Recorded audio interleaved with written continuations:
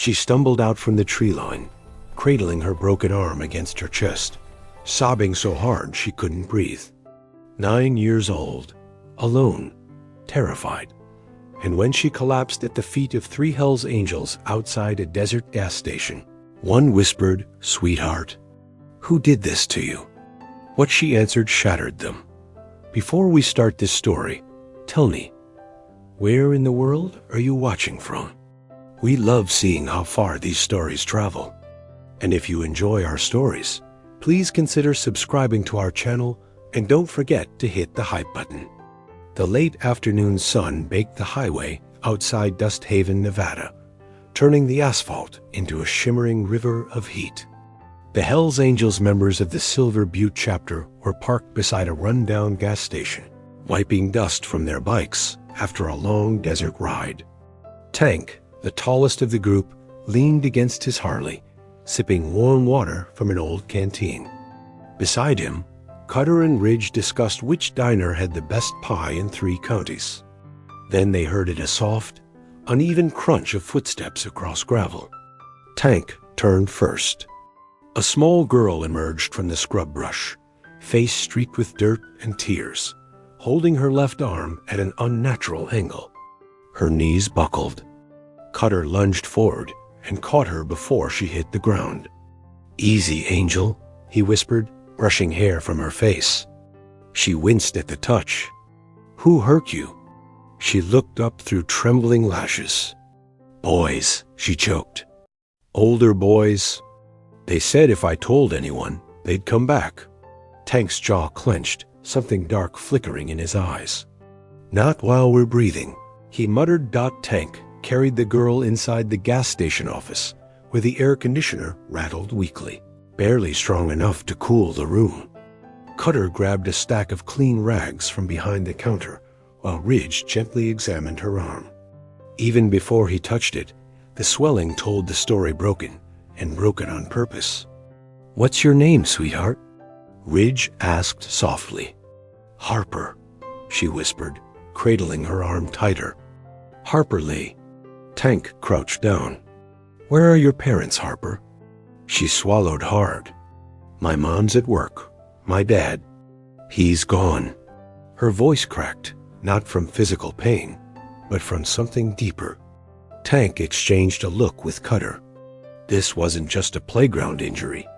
Harper continued, voice trembling. "They pushed me down. They twisted my arm. They laughed." Her breath hitched. "They said if I screamed, they'd hurt my mom next." Ridge exhaled slowly, anger simmering beneath the surface. Cutter's hands shook as he wrapped her arm in a soft towel. "You're safe now," Tank promised. But Harper shook her head, eyes widening. "No, you don't understand." She shivered. "They said they were coming back. Tonight."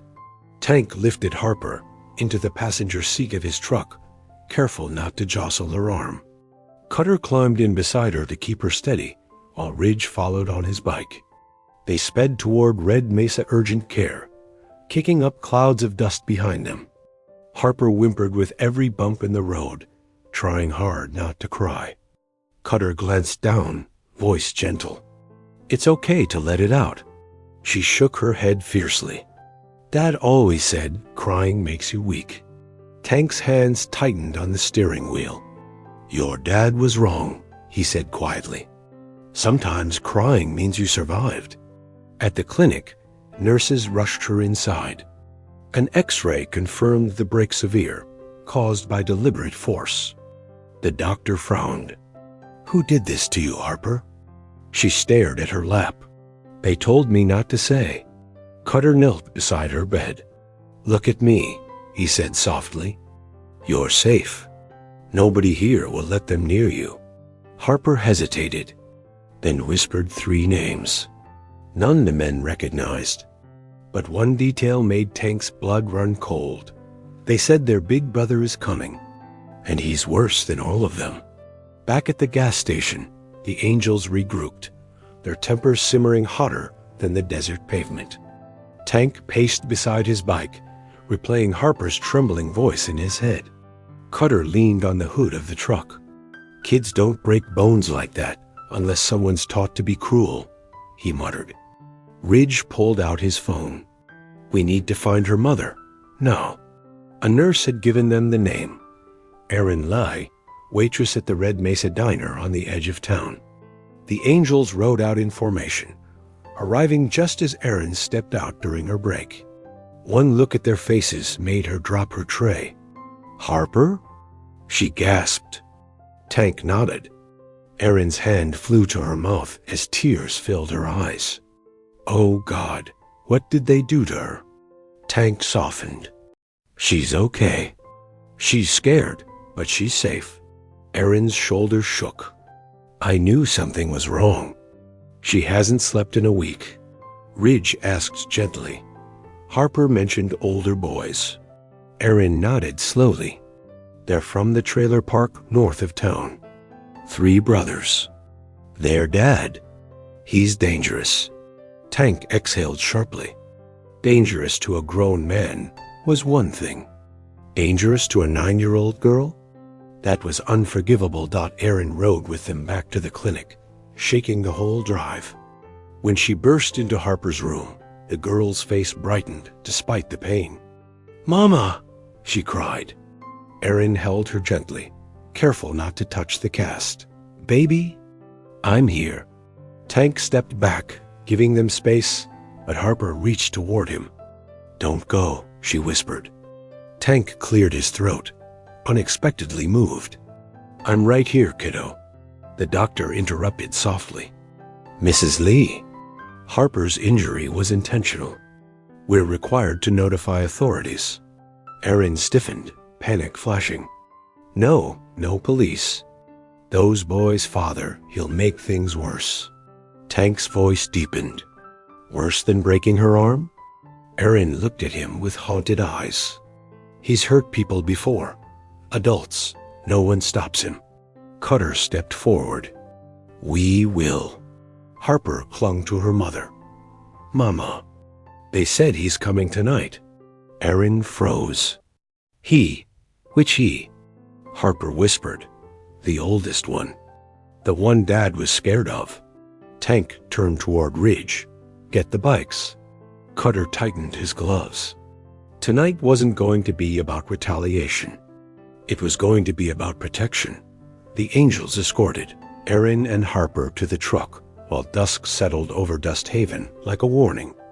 Tank drove with purpose, jaw clenched, Cutter monitoring the rearview mirror for any tail.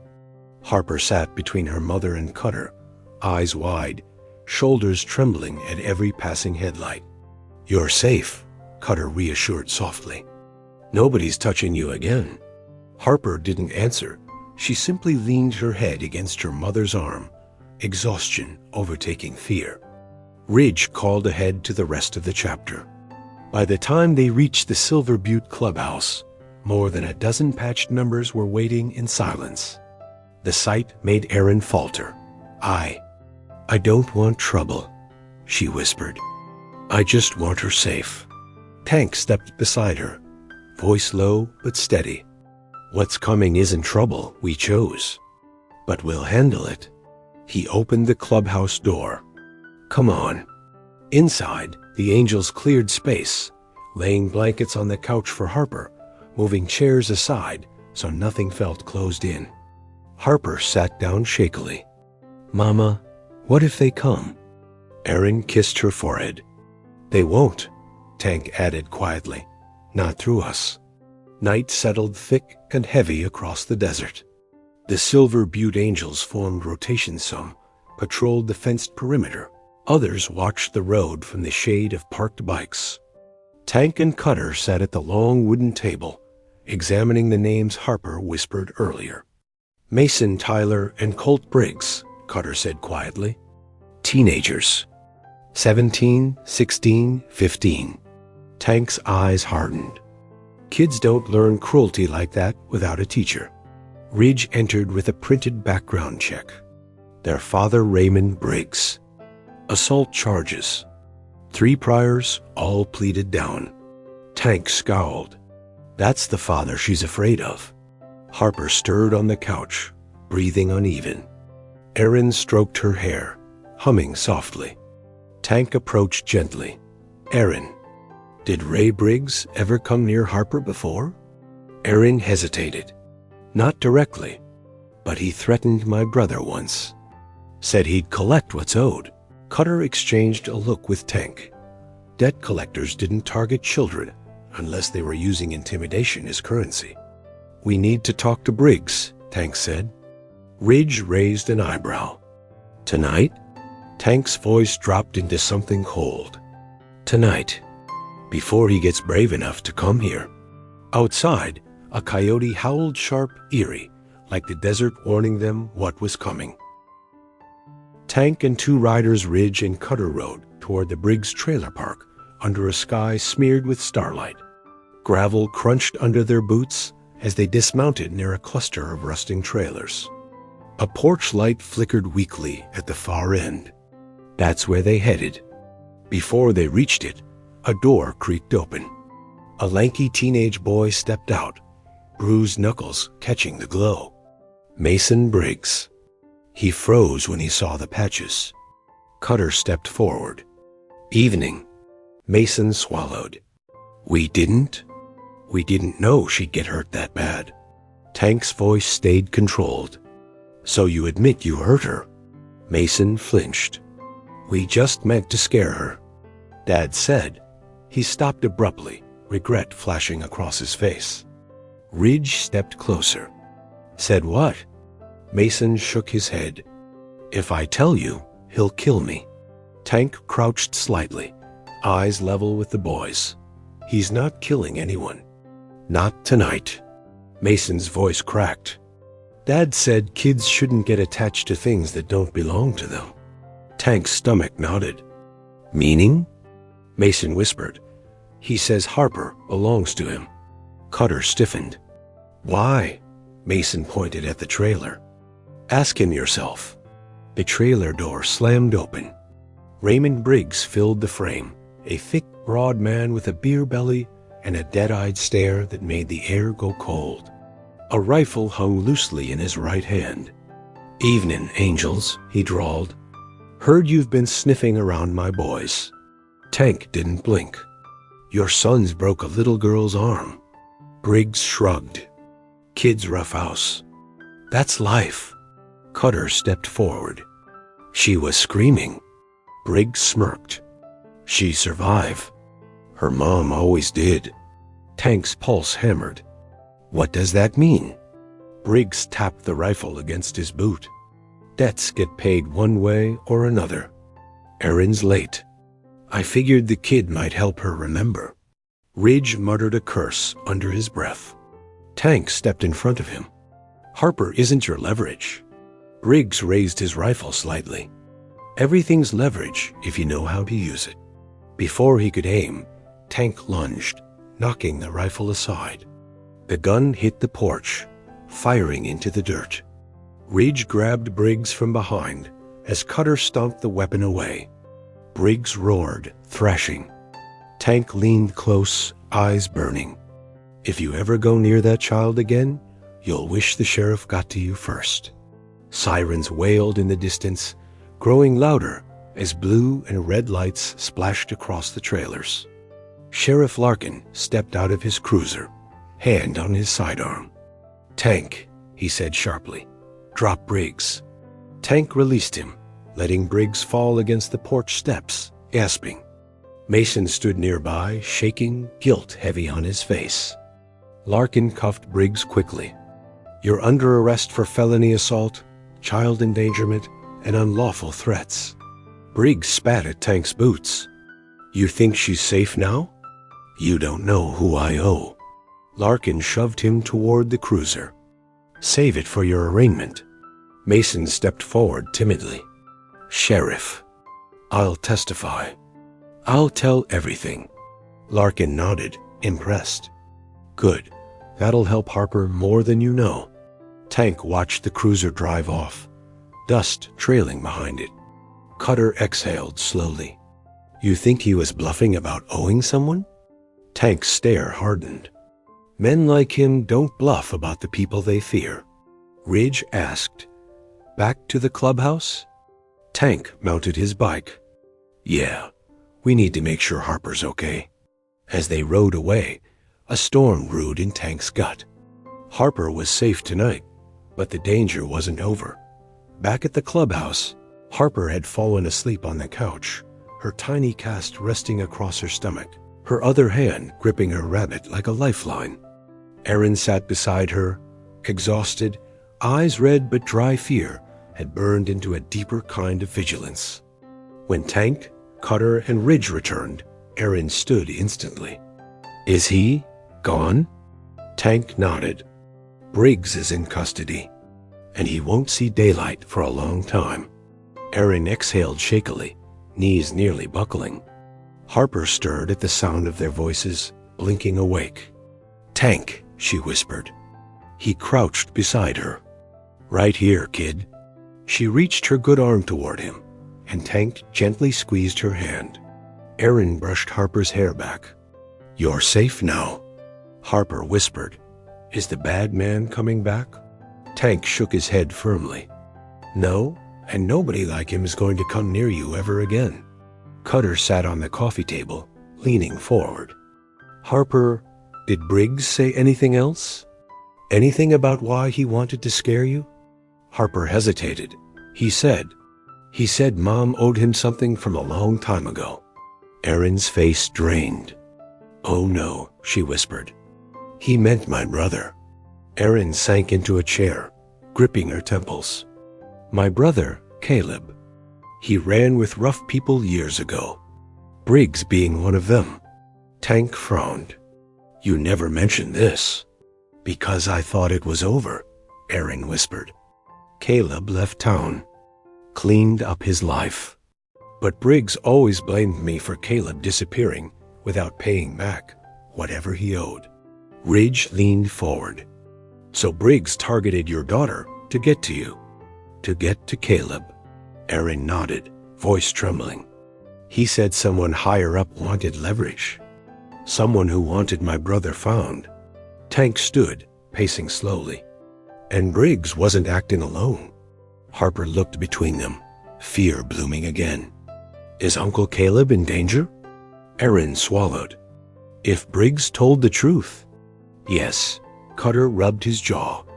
We need to find Caleb before whoever Briggs owes does. Harper's lip trembled. What happens if they find him first? Tank knelt again, voice steady. Then we stop them first. Erin covered her mouth, closing her eyes. I never wanted this to touch her. Tank's voice softened. You didn't choose this. Briggs did. And now we choose what comes next. They gathered in the back office, an old room lined with faded maps, dusty helmets, and photos of riders long gone. Tank spread a map of Dust Haven on the table. Erin, where would Caleb go if he knew Briggs' people were after him? Erin wiped her eyes. He always said, if trouble ever came back, he'd hide in the old mining cabins near Blackstone Ridge. Cutter nodded. Makes sense. No cell service. No neighbors.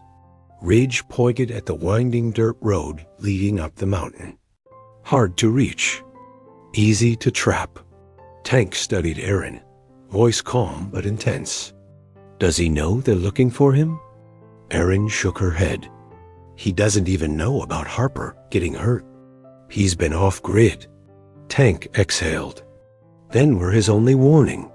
Harper padded into the doorway, clutching her rabbit. Tank? Yeah, Angel. Are you leaving? He nodded. Just for a little. She stepped forward, casting a small shadow. If you find Uncle Caleb, can you tell him Daddy would want him safe? The room stilled. Tank placed a hand on her shoulder. Yeah, I'll tell him. And he meant every word. The bikes rolled out under a moonless sky, their headlights carving tunnels of light through the desert. Tank, Cutter, Ridge, and two more riders, Blade and Hunter, took the lead toward Blackstone Ridge. The road grew rough, narrowing into a rocky trail. Sagebrush scraped their boots as they climbed. Cutter signaled a stop when something glinted near the turn-off fresh tire tracks heading up the mountain. "Caleb?"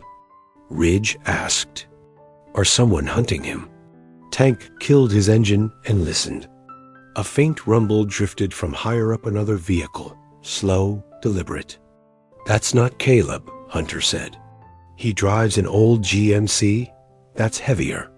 Tank's pulse quickened. Briggs debt collectors. They pushed forward, engines silent as they rolled their bikes uphill by hand. When the track opened into a clearing, they saw it. An SUV parked outside a small wooden cabin, men moving with flashlights. One kicked the door, shouting for someone inside. Tank's jaw tightened. "We move now." "Before they get in." Cutter nodded. Rage had a place. Tonight, it lived in the hearts of 5 angels with a child's safety at stake. Tank charged first, slamming into the nearest man like a battering ram. Cutter swept another off his feet before he could reach for his gun. Ridge tackled a third, pinning him hard against the cabin wall. Hunter smashed a flashlight out of a fourth man's hand, throwing him to the dirt. Within seconds, chaos erupted: shouts, crunching gravel, fists cracking against ribs. The cabin door flew open, and a lanky man with tired eyes stumbled out, blinking at the scene. "Tank?" He gasped. "What the hell?" "Aaron's brother, Caleb. You Caleb Rhodes?" Tank barked, still fighting off a struggling attacker. "Yeah, why?" "Because someone's hunting you, and they hurt your niece looking for leverage." Caleb froze. "Harper? Is she all right?" "She's with her mom. Safe. But these men weren't coming to check your mail." Caleb's face hardened with something between guilt and fear. "Briggs's debt wasn't mine, but he blamed me for running." Tank tightened his fist. Whatever he owed nobody lays a hand on a child over it. As the last attacker hit the dirt unconscious, Caleb whispered, "Tell me what you need from me." Tank met his eyes. "Truth, all of it." Tank dragged the final conscious attacker against the cabin wall, pinning him by the collar. "Start talking. Who sent you?" The man spat blood, snarling. "You think Briggs was the problem?" "He was just the messenger." "Caleb owes someone who doesn't forgive." Caleb stepped forward, voice cracking. "I don't owe them anymore." I walked away.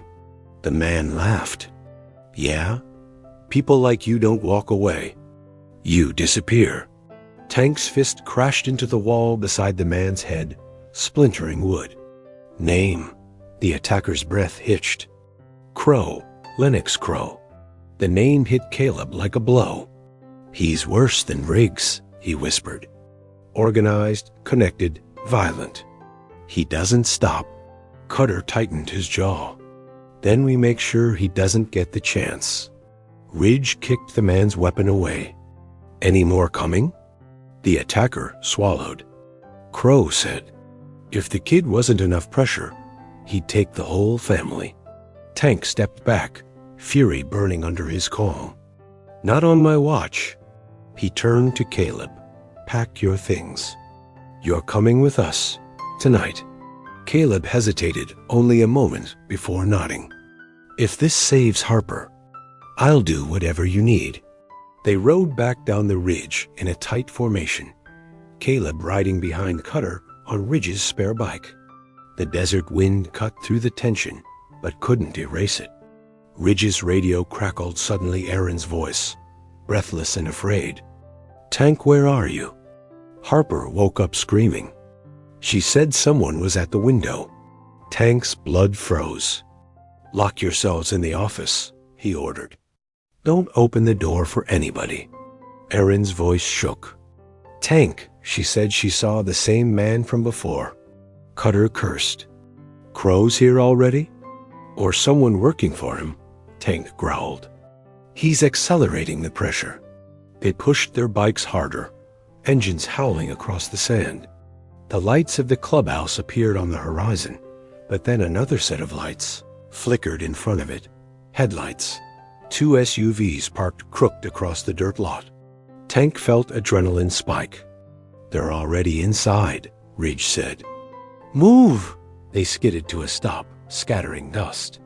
Tank sprinted toward the office door, slamming his palm against it. "Erin, Harper."